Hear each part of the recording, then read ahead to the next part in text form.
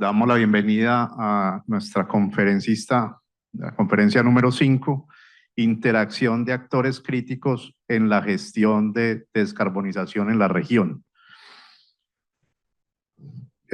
Para esto agradecemos al Consejo Colombiano de Construcción Sostenible. Tenemos a la ingeniera Natalia Arroyave, que es subdirectora de Proyectos Técnicos y Política Pública en el Consejo Colombiano de Construcción Sostenible, ingeniera civil, magíster en Gerencia para el Desarrollo de la Universidad Externado de Colombia, con conocimientos en Administración y Finanzas, Estado, Sociedad y Derecho y Desarrollo, y en la formulación, implementación y evaluación de políticas públicas, así como la gestión de las relaciones entre el sector público y el privado.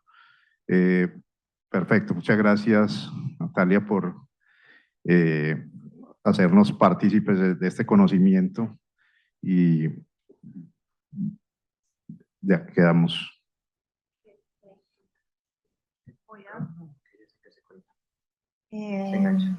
Pues mejor.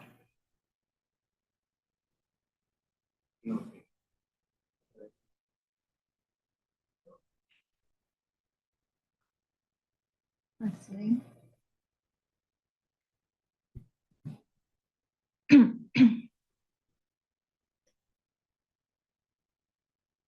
Bueno, yo creo que con este está bien, si no lo vemos por ahí, está perfecto, no pasa nada.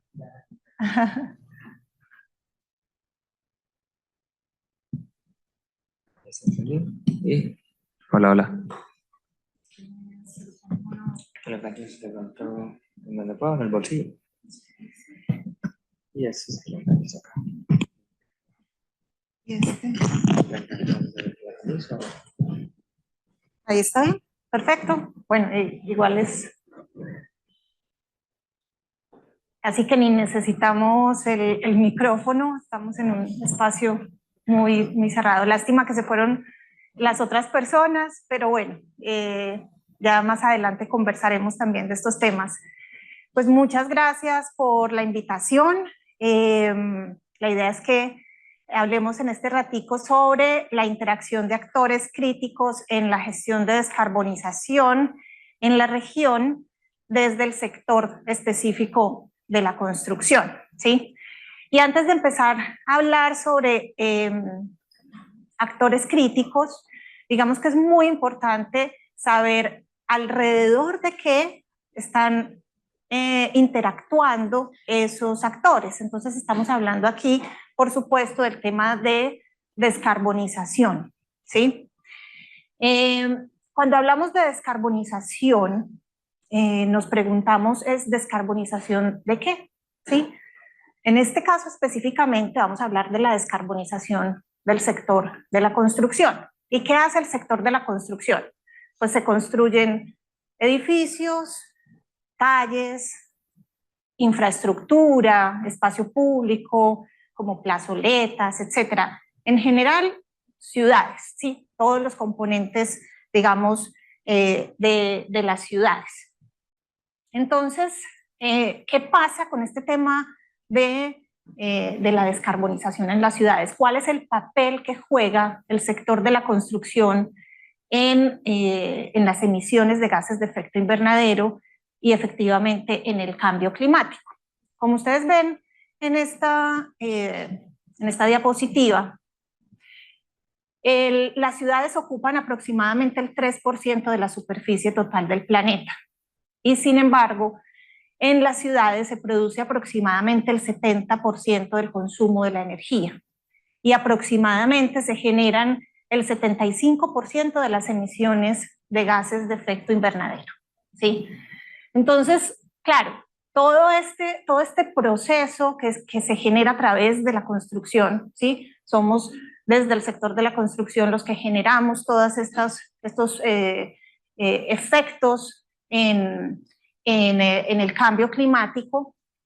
Nos preguntamos, bueno, ¿será que es posible hacer las cosas de otra manera? Y pues precisamente ahí es donde estamos ubicados, en esta tarea grandísima de lograr descarbonizar la economía y todos los sectores de la economía en un plazo del año 2050. ¿Y cuáles son esos desafíos que están relacionados con la construcción? Es muy importante que nos paremos desde aquí antes de empezar a hablar de actores, porque ¿cuáles son los actores que están involucrados? Primero tenemos que entender muy bien cuáles son esas actividades que están de alguna manera dibujando ese panorama al cual nos tenemos que enfrentar. Entonces, pues por supuesto, esto ya ustedes lo saben, a medida que aumentan las emisiones de gases de efecto invernadero, hay un aumento progresivo en la temperatura del planeta y ese aumento progresivo de la temperatura en el planeta pues genera escenarios climáticos extremos, sequías e inviernos. Y cuando uno ve eso en las noticias, pues parece muy lejano, pero por ejemplo en Bogotá ya lo hemos vivido recientemente precisamente en sus dos extremos. Hemos tenido un año con inicios con incendios en los cerros, pero también unos meses recientes con periodos de desabastecimiento en la principal ciudad de Colombia, ¿sí?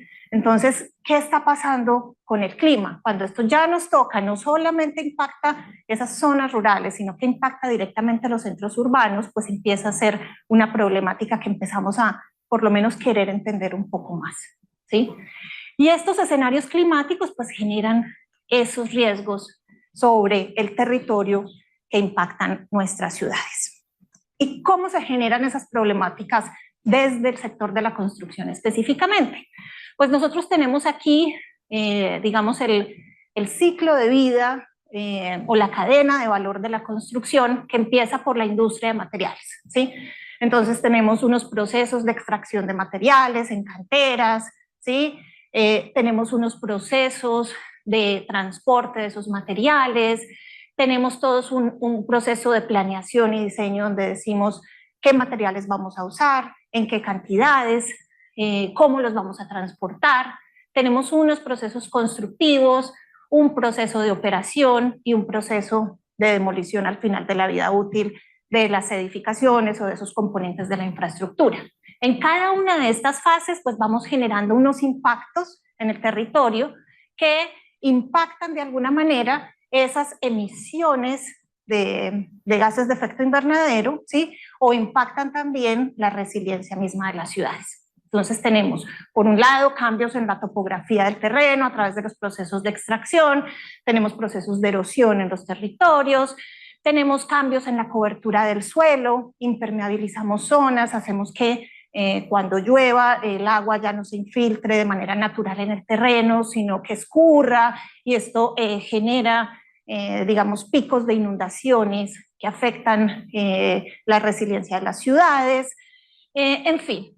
Tenemos unos vertimientos que contaminan las aguas, tenemos una generación de residuos ordinarios, residuos de construcción y demolición, consumo de combustibles fósiles, captación de agua, consumo de energía, ocupación de cambio en el uso del suelo, ¿sí? Cuando nosotros, por ejemplo, hablamos en temas de emisiones de CO2, entonces vemos por allá un concepto que es el más grande en Colombia, que es todo el tema de AFOLU, pero resulta que la construcción también tiene una parte ahí, porque estamos cambiando el uso del suelo cuando hacemos procesos de expansión urbana, ¿sí? Entonces, ¿cómo interactúa el sector de la construcción con ese gran tema que es la mitigación y la adaptación ante el cambio climático?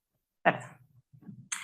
Entonces, pues esto seguramente ustedes ya lo conocen, estas son las emisiones globales, estamos alrededor de 59.000 millones de toneladas de CO2 equivalente, y aquí tenemos, digamos, el estudio de línea base a partir del cual se calcularon las emisiones de Colombia en las contribuciones nacionalmente determinadas, ¿sí? Entonces nosotros tenemos aquí que de no hacerse nada, ¿sí? De no implementarse medidas de eficiencia energética, medidas que disminuyan el carbono embebido, en Colombia en el 2030 tendríamos 346 aproximadamente, 346 millones de toneladas de CO2 equivalente, ¿sí? ¿Cuál es nuestra meta? Reducir el 51% de esas emisiones al 2030. Y ahí es donde estamos parados todos los sectores de la economía. ¿Cómo aportamos a la descarbonización? ¿Cómo aportamos a reducir el 51% de las emisiones de CO2 en Colombia, que es nuestro principal compromiso ya en el corto plazo, ¿sí?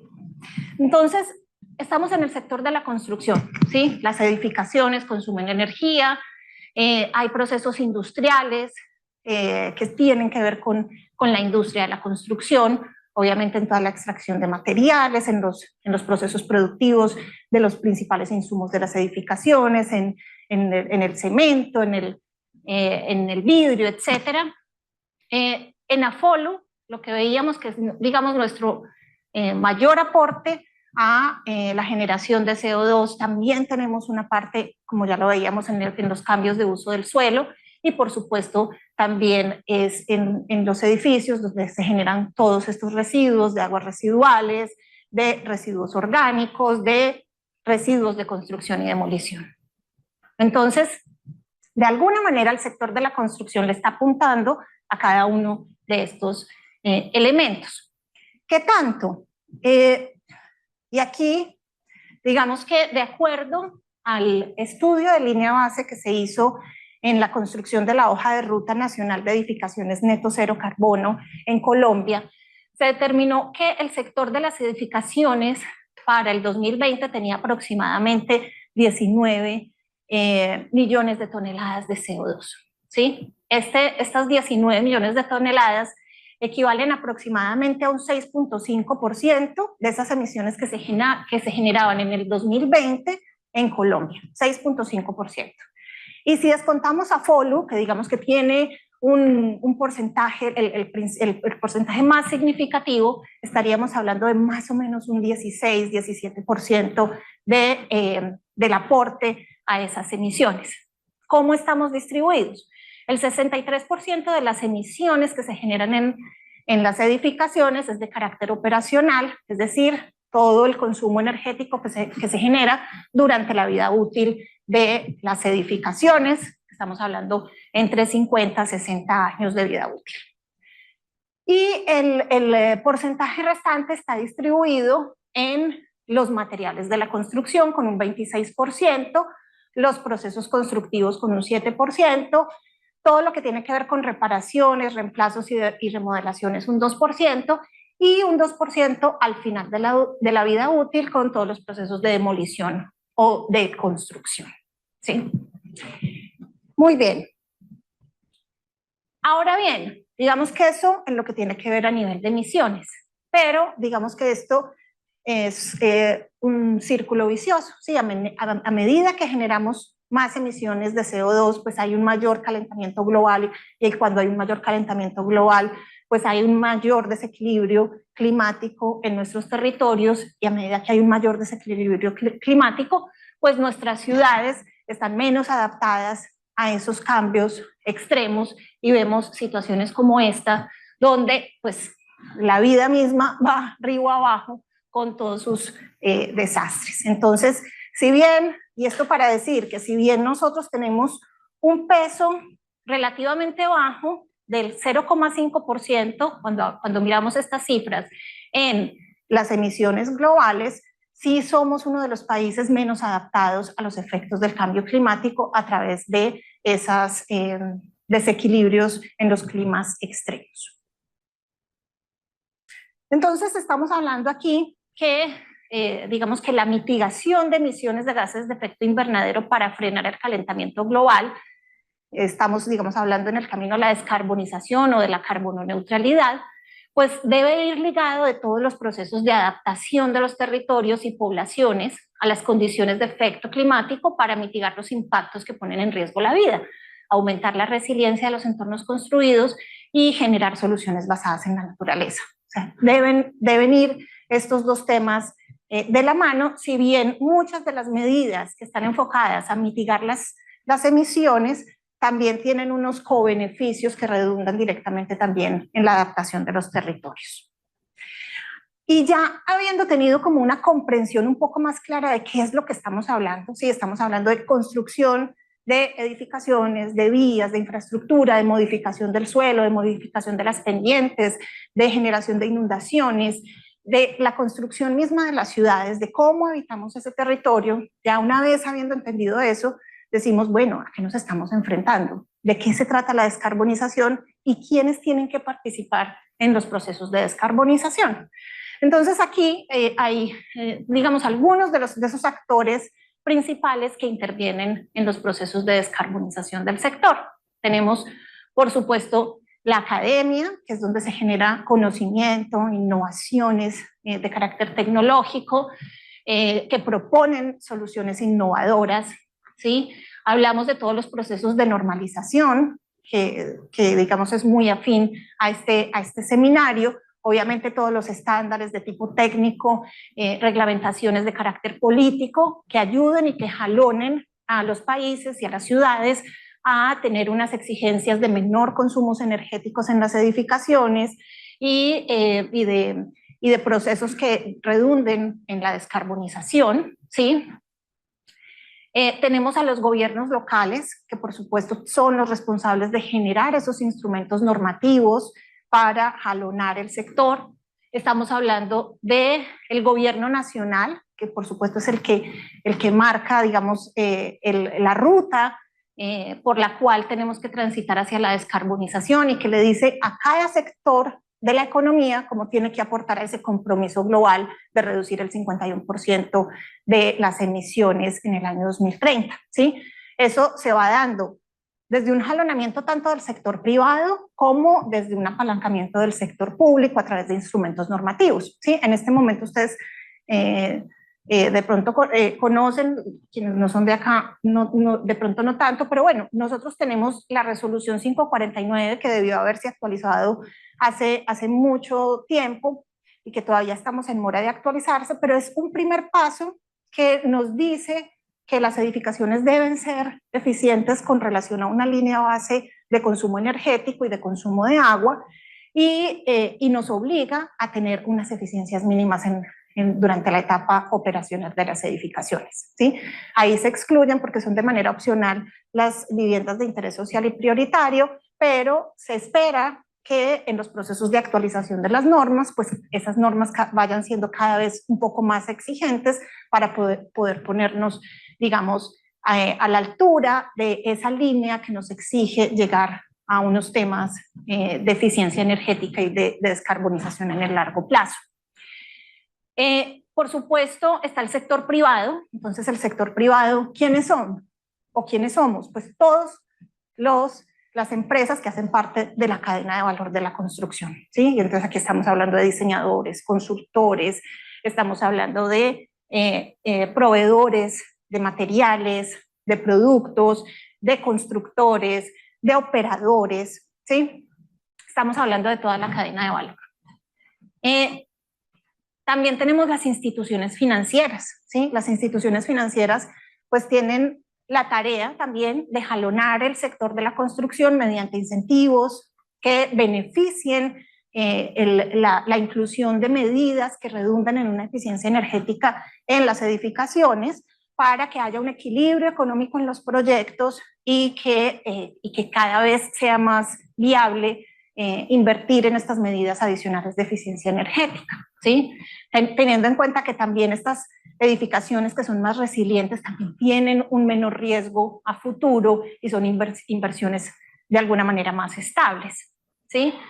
Y por supuesto tenemos por aquí a los gremios que representan y que jalonan toda esa cadena de valor, ¿sí? Que generan avances, digamos, más significativos, generando, por ejemplo, hojas de ruta para la descarbonización de cada uno de los subsectores de la economía al interior de esa cadena de valor, ¿sí?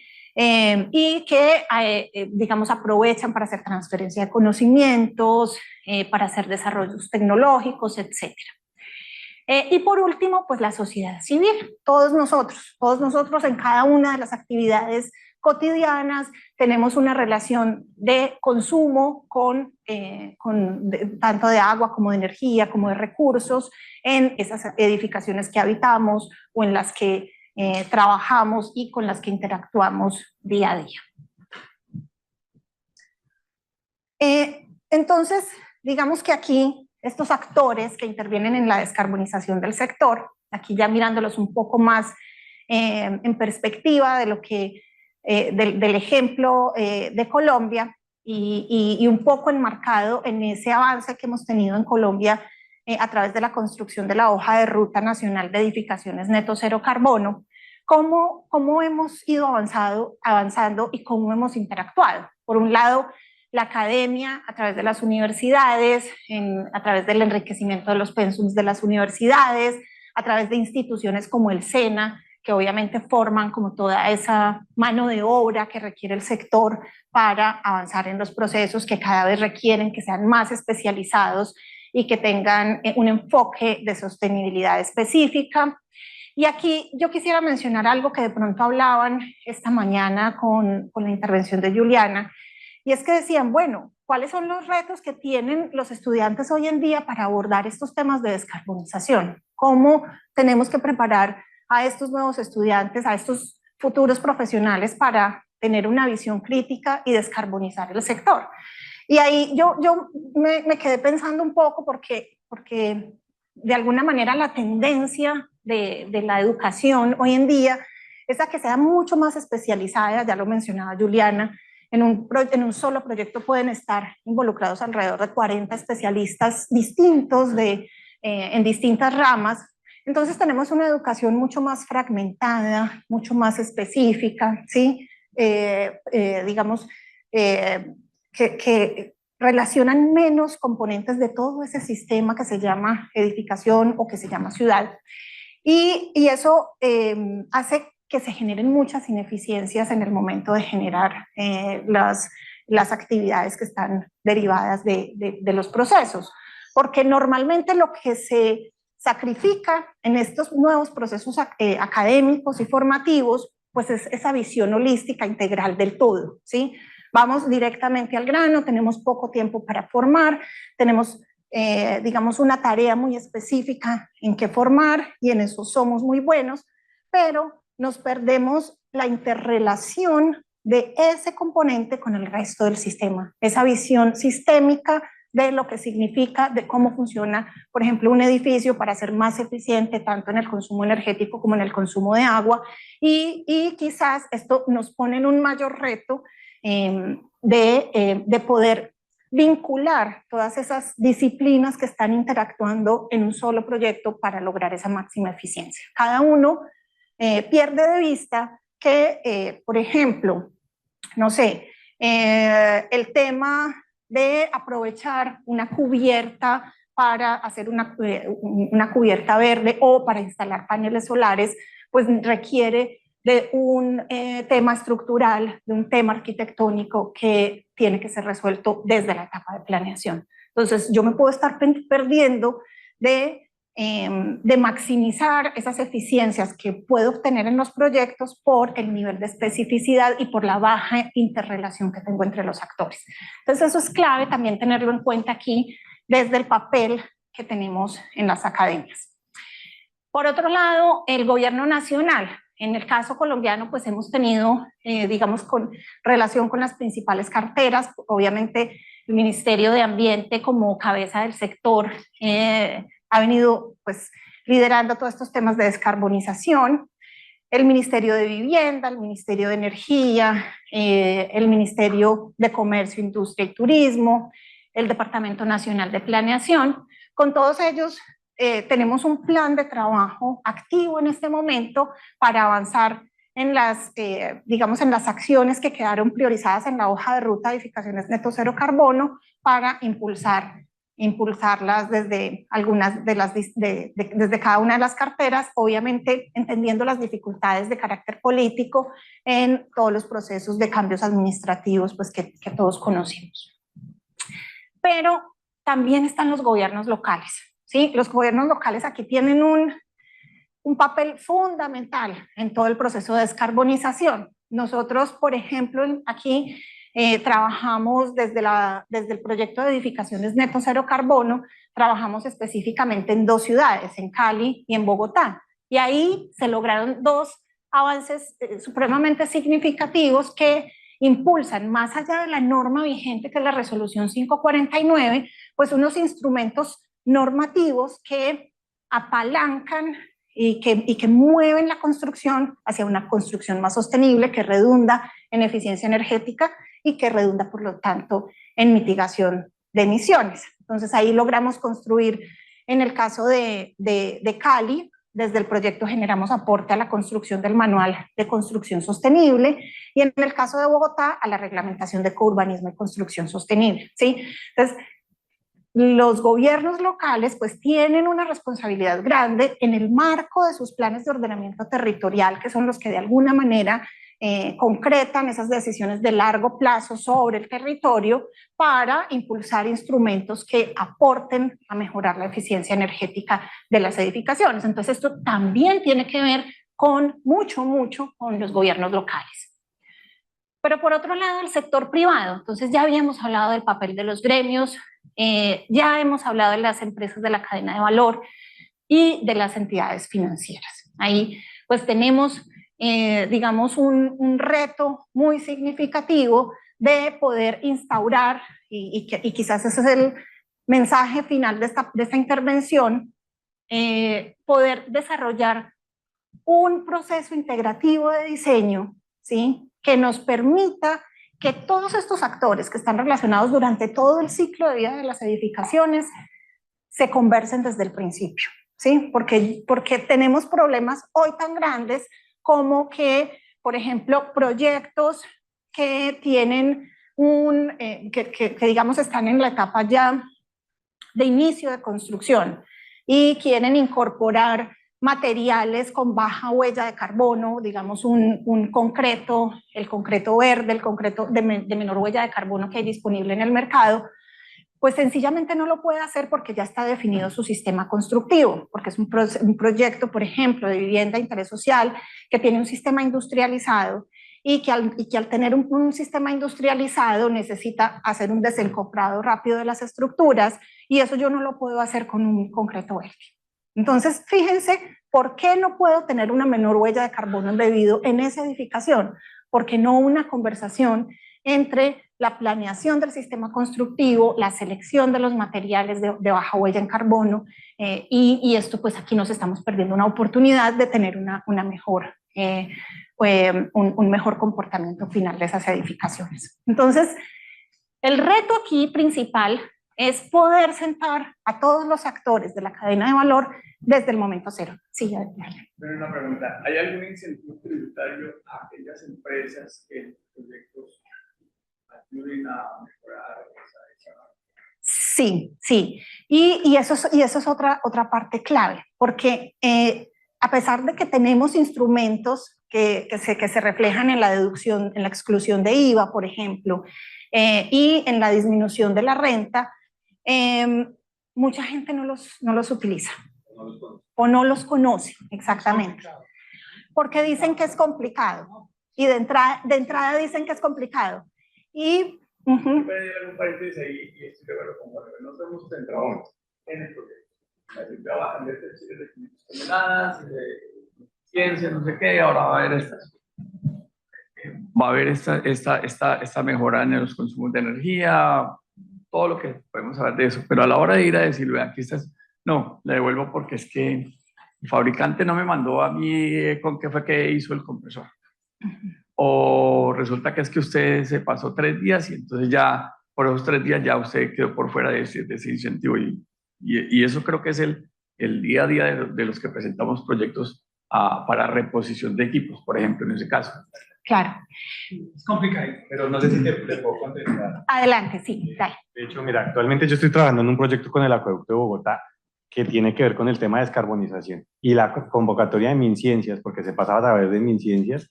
El requisito es que tienes que tener, por ejemplo, el aval de una institución científica que apruebe el proyecto. En este caso, yo trabajo por la Universidad Nacional con el Acueducto de Bogotá. Les aprobaron 14.000 millones de pesos de descuento en la renta por la implementación del proyecto. Y le acaban de aprobar un proyecto a Paz del Río, porque Paz del Río necesita cambiar el alto horno allá en Boyacá, y tienen que tumbarlo, tienen que reconstruirlo y demás, y les aprobaron también una millonada. Lo que pasa es que hay que conocer, y ahí se pueden por lo menos, digamos que una relación que no suele haber es industria-academia, y por ejemplo, gracias a la Universidad Nacional, tanto el Acueducto de Bogotá como Acerías Paz del Río se ganaron las convocatorias de MinCiencias para poder tener esos descuentos en renta. Entonces tal vez lo que necesitas es como hacer llave con alguien que te apoye a que ellos hagan ese proceso académico de la investigación que te va a exigir el ministerio y que puedan hacer llave y consigan el beneficio y se benefician tanto la universidad como en ese caso las empresas. Muchas gracias. Pongamos por aquí por si surgen más intervenciones. ¿Cuál es tu nombre? Perdón. Héctor, muchísimas gracias porque ejemplos como ese es los que nos demuestran que efectivamente sí es viable. Nosotros tenemos muchos proyectos, incluso proyectos de vivienda de interés social, donde el cierre financiero es difícil y entonces normalmente de entrada renuncian a incluir medidas de sostenibilidad que redunden en un menor consumo energético y por lo tanto, por ejemplo, en más ahorros, en temas de servicios públicos para los usuarios finales que, pues por supuesto, los necesitan más en estas poblaciones vulnerables. Renuncian de entrada porque dicen, no, es que eso es muy complicado. Y nosotros tenemos, digamos, muchas empresas que ya tienen incluso sus proyectos de vivienda de interés social certificados y han aprovechado todos los incentivos tributarios, además del beneficio de las líneas de crédito verde que ofrecen las entidades principales financieras en Colombia, que les dan una menor tasa al constructor. Entonces, digamos que ahí, ¿qué es lo importante?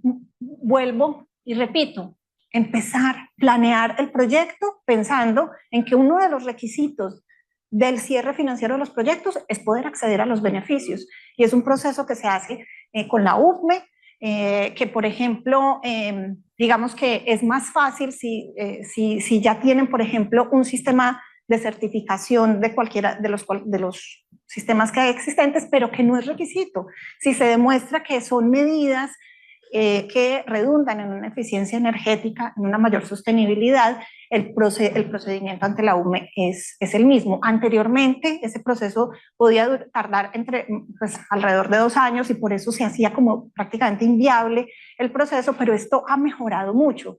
Ya últimamente, digamos que las experiencias que nosotros tenemos es que esto puede durar máximo unos 4 o 6 meses, como máximo. Entonces, si desde las etapas de planeación del proyecto se tiene como requisito que voy a acceder a todos esos beneficios que son muy significativos, pues yo puedo tener un proyecto mucho más sostenible al final, que va a ser más competitivo en el mercado, si estoy hablando pues de un tema inmobiliario, o que de todas maneras va a tener como un mejor comportamiento en ese engramaje que es pues la ciudad y ese entorno construido. Entonces, pues básicamente digamos que esa es la importancia de poder definir estos requisitos de diseño desde etapas tempranas.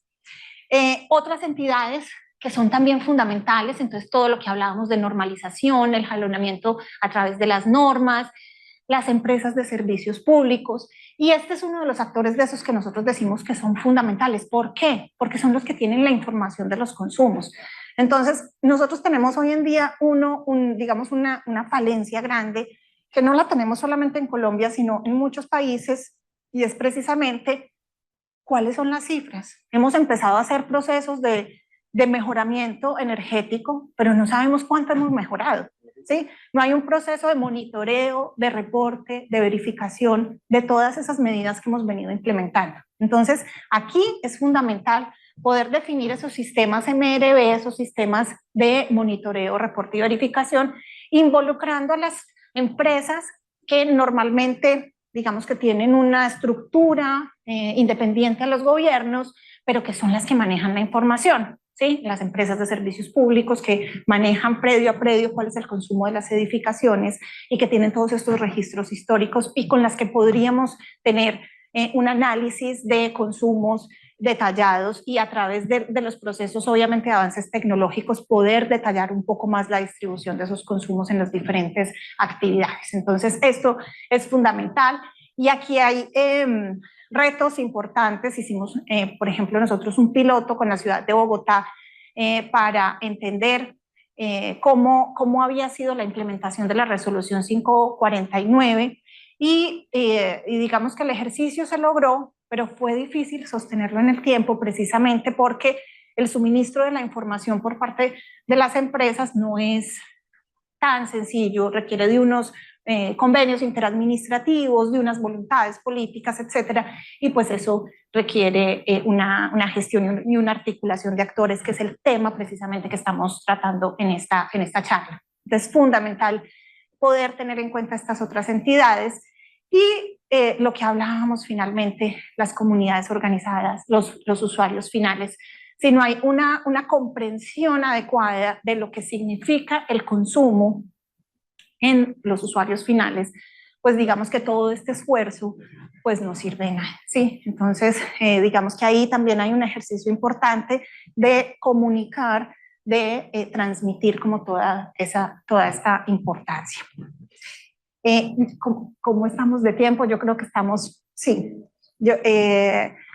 Igual yo les voy a dejar como la presentación, sé que estamos un poquito cortos de tiempo, pero bueno, aquí estamos un poco en un mapa de cómo fue esa articulación de actores en la construcción de la hoja de ruta nacional de edificaciones neto cero carbono.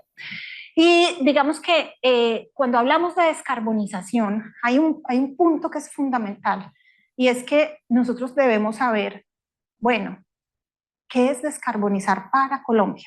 ¿Qué es porque descarbonizar, digamos que hay muchas aproximaciones a nivel mundial, entonces si yo tengo en cuenta todo el ciclo de vida de la edificación, si tengo en cuenta el carbono embebido, si tengo en cuenta solo el carbono operacional, ¿sí?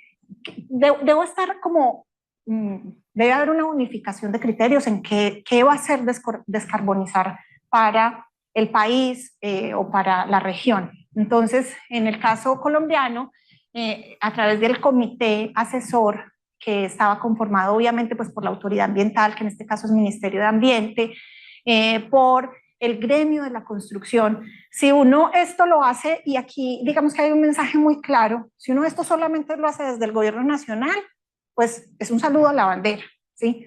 Es importantísimo poder involucrar a los actores principales, que son los que se van a tener que meter la mano al bolsillo y los que van a tener que aplicar los estándares y los que van a tener que hacer los trámites ante la UME para poder acceder a los requisitos y los que saben cuáles son las dificultades reales para poder hacer esas acciones de descarbonización. Entonces, una hoja de ruta, digamos que tiene una de las premisas más importantes es poder tener en cuenta a todos estos actores, ¿sí? Entonces, en esa consolidación del comité asesor se definió como primera medida una definición de edificaciones neto cero carbono, que ya enseguida la vamos a ver. Ese es el punto de partida. Vamos a interactuar, vamos a hacer unas acciones, pero nos vamos a poner de acuerdo primero hacia qué y hacia dónde, y qué es descarbonizar para Colombia o para la región. Esto también al mismo tiempo entonces generamos unos grupos de expertos donde invitamos a participar a todos los expertos de la cadena de valor de las edificaciones, a proveedores de materiales, temas de consultores de diseño, de las diferentes disciplinas, arquitectos, ingenieros, de sistemas hidráulicos, etcétera, pues por supuesto todos los constructores, los operadores de las edificaciones, todos los que se dedican a temas energéticos, de producción de energía limpia, temas de compensaciones, temas de sistemas constructivos, que estamos aquí un poco hablando obviamente de esas eficiencias que están en las edificaciones, y también a las entidades financieras. Entonces, en cada uno de esos grupos de expertos nos sentamos y dijimos, bueno, ¿en qué punto estamos? ¿Sí? ¿Cuál es el avance tecnológico que hemos tenido? ¿Cuál es la comprensión del reto al que nos estamos enfrentando? ¿Cuál es la brecha que tenemos con relación al resto del país? ¿Cuál es la brecha que tenemos con relación a otros países? Y a partir de ahí, ¿a dónde queremos llegar? Bueno, queremos llegar a descarbonizar todos los sectores de la economía, incluido la construcción, al año 2050. ¿Y cómo llegamos hasta allá? Entonces tenemos que recorrer, de acuerdo al punto en el que estamos y hacia dónde queremos llegar, tenemos que recorrer este camino. ¿Qué podemos hacer primero? ¿Qué tenemos que priorizar? ¿Cuáles son esas barreras a las que nos enfrentamos? Etcétera, etcétera, etcétera. En un diálogo abierto, sincero, pero pues también propositivo, porque la idea es llegar hasta allá. No es quejarnos para decir, es que es muy difícil, no podemos, no. Tenemos que llegar hasta allá, ¿cómo lo hacemos? ¿Sí? Entonces, ese, digamos que es uno de los ejercicios más valiosos de construir una hoja de ruta. Y obviamente ahí entonces analizamos cuál es el estado actual, cuál es la brecha, cuáles son esas recomendaciones de política y transformadoras, y eso parte obviamente de construir esa línea base de gases de efecto invernadero del sector, en particular de la construcción, que fue un poco lo que les mostré ahora de los 19 millones de toneladas de CO2 equivalente al 2020, y hacer un ejercicio de evaluación de impacto, ¿sí? ¿Cuáles son esas medidas que me permiten ir recorriendo unas metas de mediano y largo plazo para llegar a la descarbonización? ¿Y cuáles son esas medidas que tienen una mejor relación costo-beneficio en términos de mitigación de emisiones para que sean priorizadas y se empiecen a implementar y que tengan los incentivos tanto desde el gobierno nacional como desde las entidades, y bueno, y ahí vamos como construyendo ese diálogo. Y obviamente lo que les mencionaba ahorita, el tema de monitoreo, que es fundamental, porque pues, si no sabemos, si empezamos a implementar medidas a lo loco, pero no sabemos si tienen un efecto real o no, porque una cosa es en diseño y otra cosa es en ejecución, en la implementación, pues no sabemos si estamos avanzando hacia la meta o si nos estamos quedando estancados. Entonces, pues esto es fundamental. Los invito a todos a que descarguen la hoja de ruta de edificaciones neto cero carbono, que está en la página del Consejo Colombiano de Construcción Sostenible. Y aquí lo que les mencionaba, en el caso colombiano, una edificación neto cero carbono es una edificación altamente eficiente, entonces estamos hablando durante la etapa operacional, y resiliente al cambio climático. No nos quedamos solamente en el tema de mitigación de emisiones, porque sabemos que esto es un círculo vicioso, como lo hablamos empezando esta intervención, ¿sí? Digamos que no nos ganamos nada con disminuyendo el efecto del cambio climático si no adaptamos nuestras ciudades y nuestras edificaciones a que sean más resilientes ante esos efectos que inevitablemente ya se están dando, ¿cierto? Resiliente al cambio climático, que en su ciclo de vida e interacción con el entorno genera bienestar a sus ocupantes y un balance neto de emisiones de carbono igual a cero. Entonces es una definición que tiene en cuenta la eficiencia, la resiliencia, el ciclo de vida completo, la interacción con el entorno, porque pues también somos conscientes de que una edificación no está aislada en el espacio, una edificación está puesta en un territorio y ese territorio interactúa con la edificación permanentemente a través de unas superficies, de unos sistemas de transporte, de unos sistemas de servicios, etc. Y por supuesto lo más importante pues también que genere bienestar a sus ocupantes. Y digamos que ya esto es un poco cómo está construida la hoja de ruta nacional de edificaciones neto cero carbono en Colombia, que son 67 metas que le apuntan a la resiliencia, al carbono operacional y al carbono embebido. Y alrededor de estas acciones pues van girando todos esos actores que tienen que articularse para poder lograr los procesos de descarbonización. Estos son los grupos de expertos que ya les mencioné anteriormente y algunas, digamos, acciones que están priorizadas por cada uno de los actores claves. Cuando les comparta la presentación, que seguramente se las harán llegar a sus correos, pueden darle una mirada a estos temas de cuáles fueron esas acciones que quedaron priorizadas. Y finalmente se van a encontrar en la presentación algunos temas que son prioritarios de lo que les mencionaba ahorita, de lo que significa el proceso integrativo de diseño en un proyecto, bien sea de un proyecto de infraestructura, de edificaciones, etcétera, y cómo todos esos actores ya privados, que son los que concretan las acciones directas sobre el territorio, pues deben interactuar desde el principio, desde la planeación de los proyectos para lograr que ese producto pues tenga la máxima eficiencia posible, tanto en su proceso como en su etapa operacional, donde ya esos actores se desligan, digamos así, de ese producto.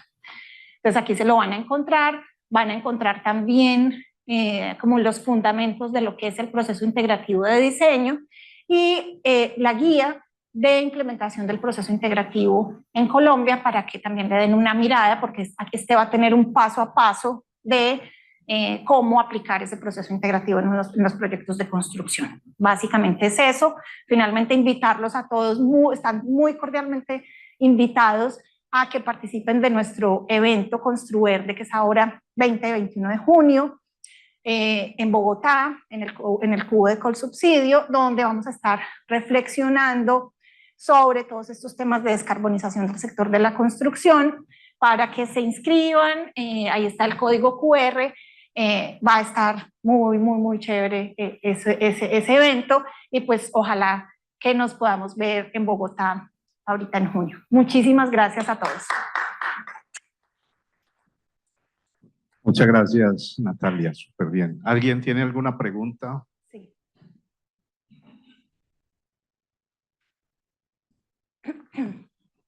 Gracias.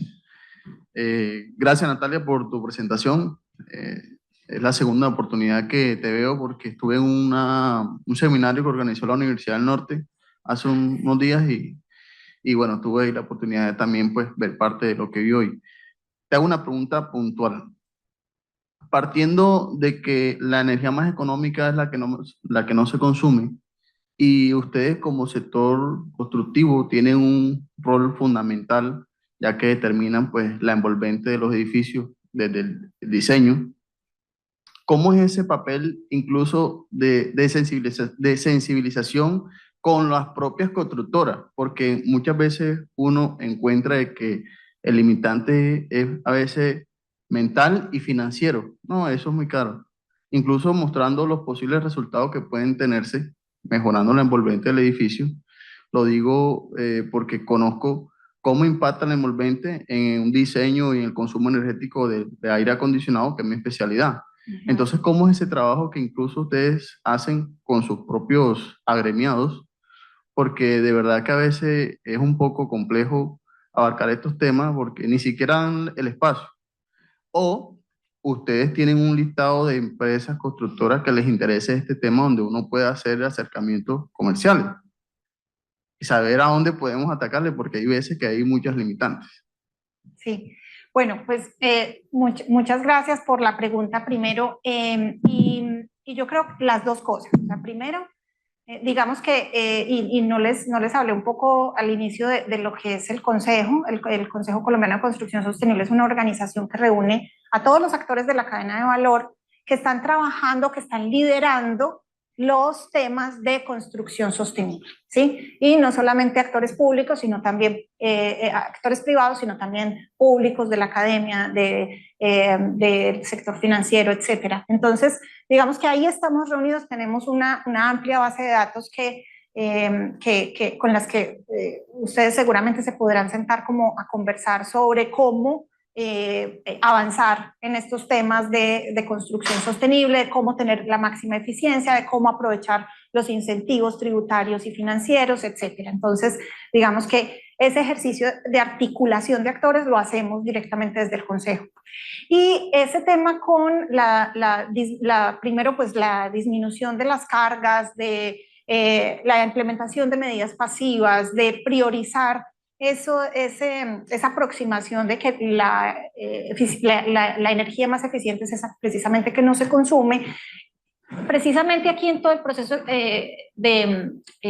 integrativo de diseño hay uno de los criterios que tiene que ver con los pasos correctos en el orden correcto. Entonces, yo digamos que en ese proceso de maximizar la eficiencia energética, pues sí tengo que empezar a priorizar primero, bueno, ¿dónde voy a localizar yo mi proyecto? Entonces, mi proyecto lo voy a localizar en un sitio que tiene una zona climática específica, que tiene una topografía específica, que tiene una altimetría, que tiene una localización y una orientación con relación a esas variables climáticas, y que, por supuesto, yo puedo aprovechar todas esas variables para tener el menor consumo energético posible a través de medidas pasivas y del análisis de la envolvente. Y ya interiormente empezar a diseñar como todas esas estrategias adicionales a las medidas pasivas, ya con medidas activas que maximicen digamos, ese consumo energético.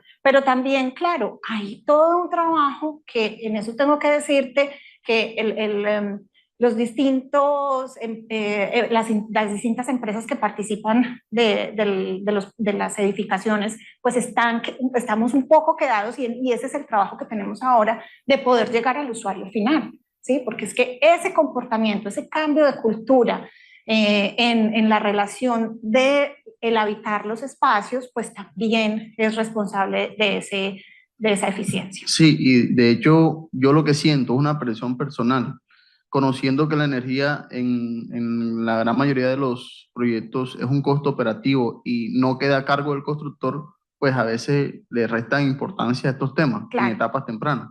Y muchas veces el usuario final desconoce de lo que se puede hacer y que él ya pues está comprando un proyecto, pero hay cosas que ya no están en su alcance y es normal. Entonces miran el rol tan importante Sí. que pues jugamos nosotros de manera interdisciplinar entre lo que trabajamos, por ejemplo, aire acondicionado, conociendo de que el aire acondicionado consume gran parte de la energía de los edificios y pasamos a veces coloquialmente a un término que nos dicen, en la costa sucede, nos dicen los manes del aire. Es un término bastante folclórico, pero Claro. tenemos un peso y un rol fundamental, pero sin lugar a duda va de la mano con ustedes. Sí, y funciona mucho mejor cuando el operador, cuando el constructor es al mismo tiempo el operador de la edificación en los temas de, por ejemplo, de espacios administrados de coworking y demás, que son operados por los mismos desarrolladores, y mientras tanto son las estrategias de mercado las que van un poco jalonando esa preferencia del usuario final por ocupar, digamos, edificaciones más eficientes, ¿cierto? Pero todas las estrategias que están alrededor, por ejemplo, de los estándares normativos, de las políticas públicas y otros instrumentos, apuntan a incluir al usuario final. Habrá que incluirlo en algún momento para poder maximizar, obviamente, esa eficiencia. Entonces, pues yo creo que estaría ahí. Muchísimas gracias. Gracias.